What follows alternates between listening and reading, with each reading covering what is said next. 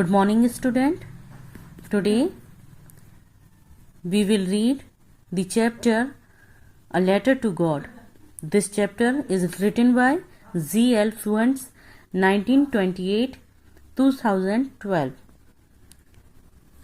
This is very interesting chapter, and this chapter is the story of a poor farmer named Lencho.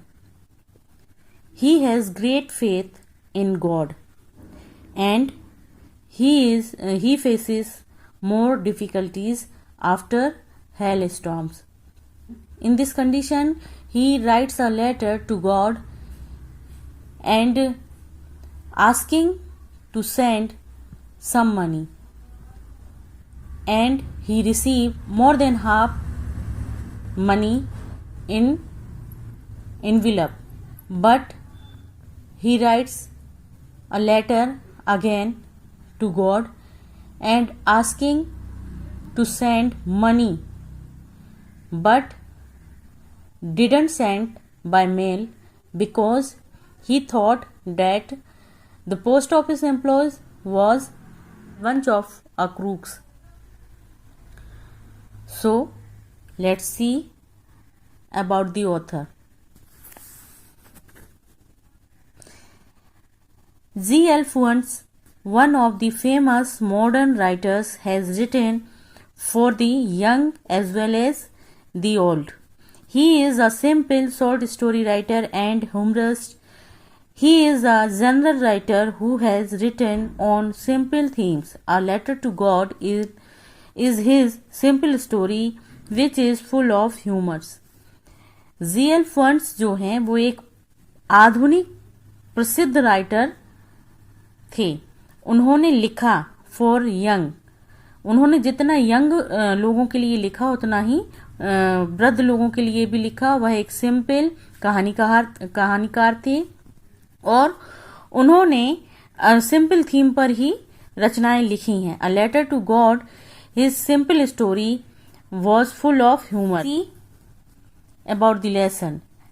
Lencho, a hard-working farmer, lived in a valley on the top of the low hill. Lencho एक मेहनती किसान था जो कि एक निचली पहाड़ी के ऊपर एक घाटी में रहता था. One morning he faced ruin due to the severe snowfall, resulting a total damage of his crops. एक सुबह उसने सामना किया ओलावृष्टि के कारण बर्बादी का सामना किया और जिसका परिणाम हुआ कि उसकी सारी फसल जो है बर्बाद हो गई. ही टर्न टू गॉड, वह भगवान की तरफ मुड़ता है इन डिस्ट्रेस, अपने दुख में. And wrote a letter asking him to send money, और उन्हें एक पत्र लिखता है कुछ पैसे भेजने के लिए. A postman saw the letter to God and took it to the postmaster. एक पोस्टमैन जो है उस पत्र को देखता है, वह उस पत्र को पोस्ट मास्टर के पास ले जाता है. Who first laugh at then was surprise at the faith of the writer. पहले तो वह उस पत्र को देखकर हंसता है, लेकिन बाद में वह आश्चर्यचकित हो जाता है पत्र के लिखने वाले के विश्वास को देखकर. ही कलेक्टेड सम मनी, वह कुछ पैसा इकट्ठा करता है फ्रॉम हिज एम्प्लॉयज, अपने कार्यकर्ताओं से. And send it to the Lencho along with a letter, और वह इस पैसे को एक पत्र में रखकर लेंचो को पोस्ट कर देता है या भेज देता है. व्हेन, जब लेंचो गॉट द लेटर, जब लेंचो को पत्र मिला विद मनी, पैसों के साथ, and counted it less, he felt furious, तो वह इस पैसे को गिनता है और बाद में वह बहुत अधिक नाराज हो जाता है. फ्यूरियस मीन्स बहुत अधिक गुस्सा हो जाता है. सो इसीलिए he wrote another letter, और इसीलिए वह एक दूसरा पत्र लिखता है टू गॉड, भगवान को, asking him to send rest of the money, और उन्हें बाकी पैसा भेजने को कहता है. नॉट बाय द पोस्ट, लेकिन मेल के द्वारा नहीं. एज, क्योंकि the post office employees were a bunch of crooks, जो कि एम्प्लॉयज हैं वो क्या थे, वो ठग थे. The house, the only one in the entire valley, sat on the crest of a low hill. घर जो कि एकमात्र ही पूरी घाटी में था, वह एक निचली पहाड़ी की चोटी पर स्थित था। फ्रॉम हिज हाइट, और उस ऊंचाई से, one could see the river, उस ऊंचाई से हर एक व्यक्ति उस नदी को देख सकता था। And the field of ripe corn, और उन पके हुए अनाजों को देख सकता था। डॉटेड विद द फ्लावर्स, जिस पर फूल आच्छादित थे। That always promised a good harvest, और जो कि हमेशा एक अच्छी फसल देने का उत्साह देते थे।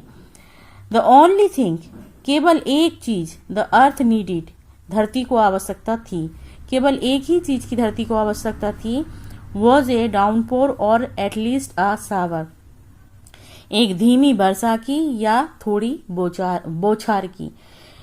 थ्रू आउट द मॉर्निंग, सुबह के समय, Lencho who knew his fields intimately, जो कि बहुत भली भांति, इंटीमेटली मीन्स बहुत अच्छे से जानता था अपने खेतों के लिए, हैड डन नथिंग एल्स, जो कि अपने खेतों के लिए अच्छे से जानता था कि nothing else was seen the sky towards the north east, के हैड डन नथिंग, के खेतों को थोड़े पानी के अलावा कुछ नहीं चाहिए, और इसके लिए else was seen the sky, वह आसमान की तरफ देखता था, नॉर्थ ईस्ट जो दिशा है उसकी तरफ देखते हुए वह आसमानों को देखता था।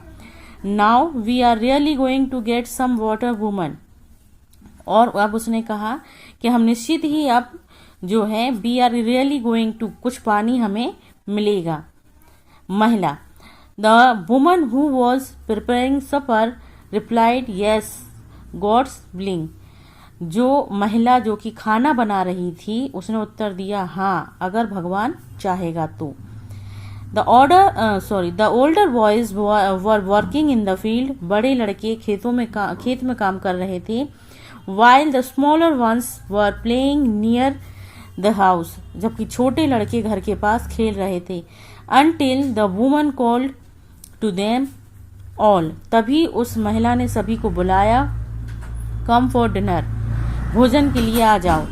it was during the meal, ये खाने के दौरान, meal that just as Lencho had predicted, खाना खाते समय जैसा कि लेंचो ने भविष्यवाणी की थी, big drops of rain began to fall, वर्षा की बड़ी बड़ी बूंदें गिरने लगी।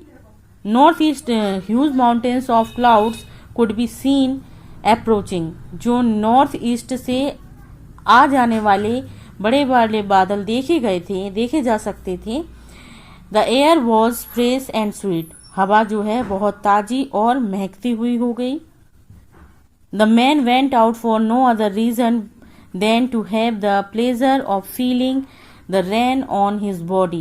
व्यक्ति यानी लेंचो बिना कारण के ही बाहर चला गया उस वर्षा की बूंदों का अपने शरीर पर आनंद लेने के लिए। एंड when, और जब he returned he exclaimed, और जब वह लौटा तो उसने कहा, These aren't raindrops falling from the sky, आकाश से गिरती हुई ये वर्षा की बूंदें नहीं हैं। They are new coins, ये नए सिक्के हैं। The big drops are 10 cent pieces and the little ones are 5, जो बड़ी वर्षा की बूंदें हैं वो 10 सेंट पीसोस हैं और जो छोटी हैं वो 5 सेंट पीसोस हैं। With a satisfied expression he regarded the field of ripe corn with its flower draped in a curtain of rain. उसने संतुष्टिपूर्ण भाव से अपने अनाज से पके हुए फूलों के साथ अपने खेत को चादर से ढका हुआ देखा। बट सडनली, लेकिन अचानक, a strong wind began to blow, एक तेज हवाएं चलने लगी। And along with the rain very large hailstones began to fall, और वर्षा के साथ साथ बहुत बड़े बड़े ओले भी गिरने लगे। These truly did resemble new silver coin, ये वास्तव में नए चांदी के सिक्के प्रतीत होते थे। The boys exposing themselves to the rain, बच्चे भी वर्षा में बाहर बच्चे भी स्वयं वर्षा में बाहर निकल आए। Ran out to collect the frozen pearl, और वह उन बर्फ के मोतियों को इकट्ठा करने लगी। It's really getting bad now, अब वास्तव में बहुत बुरा हो रहा था। एक्सक्लेम्ड द मैन, उस आदमी ने कहा। आई होप, मुझे आशा थी। इट पासिस क्विकली, कि ये जल्दी ही गुजर जाएगा। It did not pass quickly, लेकिन ये जल्दी नहीं गया। फॉर एन आवर, 1 घंटे तक the hail rained on the house, the garden, the hillside and the cornfield, on the whole valley. 1 घंटे तक वह ओलावृष्टि जो है वर्षा होती रही। ऑन द हाउस, उस घर के ऊपर, गार्डन बगीचे में, हिल साइड पहाड़ी की तरफ, कॉर्नफील्ड खेत में, पके हुए अनाज के खेत में, ऑन द होल बेली उस पूरी घाटी में। द फील्ड वॉज वाइट, अब खेत सफेद थे। एज इफ, मानो, कवर्ड विथ सोल्ट, जैसे नमक से ढक गए हों। Not a leaf remained on the trees, एक भी पत्ता पेड़ों पर नहीं था।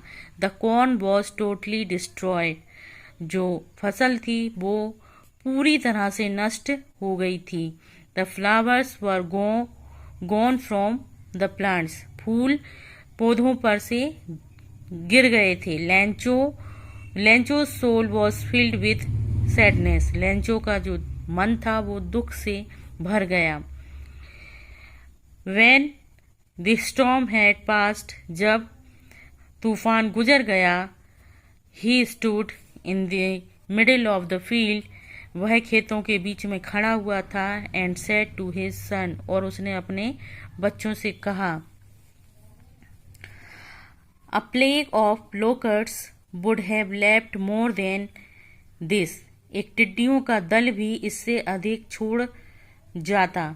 The hail has left nothing, इस ओलावृष्टि ने कुछ नहीं छोड़ा। This year we will have no corn, इस साल हमारे पास कोई फसल नहीं होगी। That night was a sorrowful one, वह रात प्रत्येक के लिए दुखदाई थी। ऑल आर वर्क, हमारा पूरा काम। फॉर नथिंग, कुछ भी नहीं। There's no one who can help me, कोई नहीं है जो हमारी मदद कर सके। We'll all go hungry this year, इस साल हम सभी को भूखा रहना होगा। बट, लेकिन, in the heart of all, उन सभी के दिलों में, who lived in that solitary house, जो उस एकांत घर में रहते थे। In the middle of the valley, उस घाटी के बीचों बीच। There was a single hope, उनकी एकमात्र आशा थी। हेल्प फ्रॉम गॉड, भगवान से मदद। डोंट बी अपसेट, दुखी मत हो। Even though this seems like a total loss, अभी भी पूरी तरह से बर्बादी नहीं हुई है। Even though this seems like a total loss, remember no one dies of hunger, अभी भी पूरी तरह से बर्बादी नहीं हुई। याद रखो, भूख से कोई नहीं मरता। दैट्स वॉट दे से, इस तरह उन्होंने कहा। No one dies of hunger, कोई भूख से नहीं मरता। Now I hope you better understand this chapter, so please remember difficult words of this story. Okay, thank you.